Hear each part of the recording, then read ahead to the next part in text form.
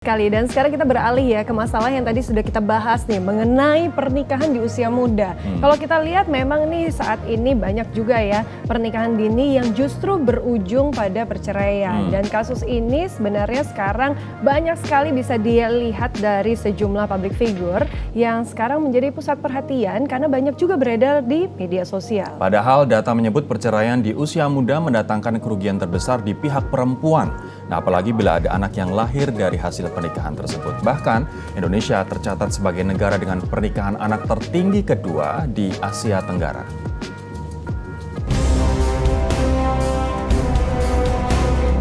Inliners, perceraian di usia muda bukan impian setiap orang yang menikah ya. Bahkan bisa dikatakan mimpi buruk. Terlebih bila perceraian diwarnai aksi perseteruan, saling tuding hingga saling membuka aib pasangan. Wah, kalau sudah begini, kedewasaan dan kematangan mental akan terlihat ya Inliners.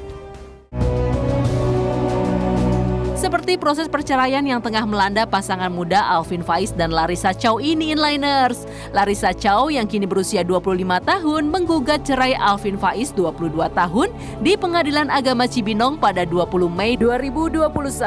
Tanpa didampingi pengacara, Larissa Chow datang langsung dalam pengajuan perceraian.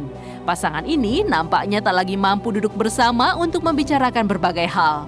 Mereka justru saling melempar pernyataan lewat media sosial. Yang ujung-ujungnya semua kisah hidup mereka menjadi makanan empuk pemberitaan.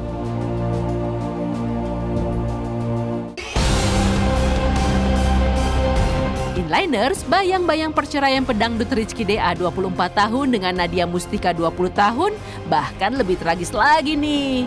Baru juga sebulan menikah, yakni 17 Juli 2020, Rizky mengeluarkan talak cerai kepada sang istri.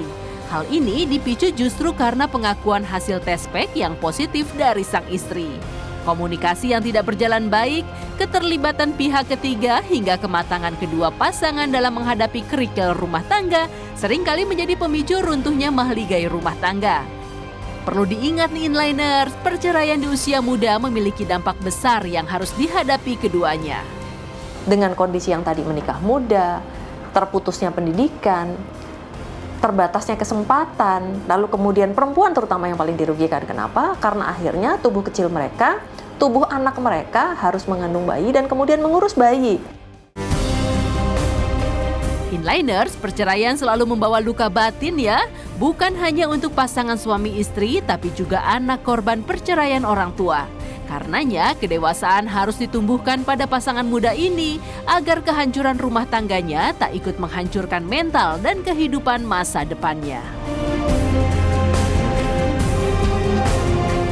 Nah, setuju banget tadi apa yang disampaikan oleh Mbak Cassandra, seorang psikolog, bahwa justru yang menjadi korban dari pernikahan dini kebanyakan adalah perempuan karena terbatasinya kesempatan dan juga pendidikan begitu. Tapi ada juga artikel dari Pop Mama yang saya kutip ini Disti dan juga Inliners bahwa dengan pernikahan dini bisa mempengaruhi kesehatan mental. Kita kemarin banyak banget bahas soal kesehatan mental, tapi ternyata pernikahan dini bisa berujung pada terganggunya kesehatan mental mulai dari emosi yang tidak stabil, tidak bisa mengurus diri sendiri, harus menjalani peranan orang tua di saat usianya masih muda dan masa remaja mereka belum habis, belum selesai, belum tuntas masa muda mereka. Karena sekarang kalau kita bilang ya anak-anak muda sekarang ini harus memang hidup sendiri, membesarkan buah hati mereka. Bahkan kalau tadi akhirnya berujung dengan perceraian, mereka akan menjadi single mom, kemudian single dad. Belum tentu kita siap untuk bisa menghadapi situasi masalah yang selalu muncul.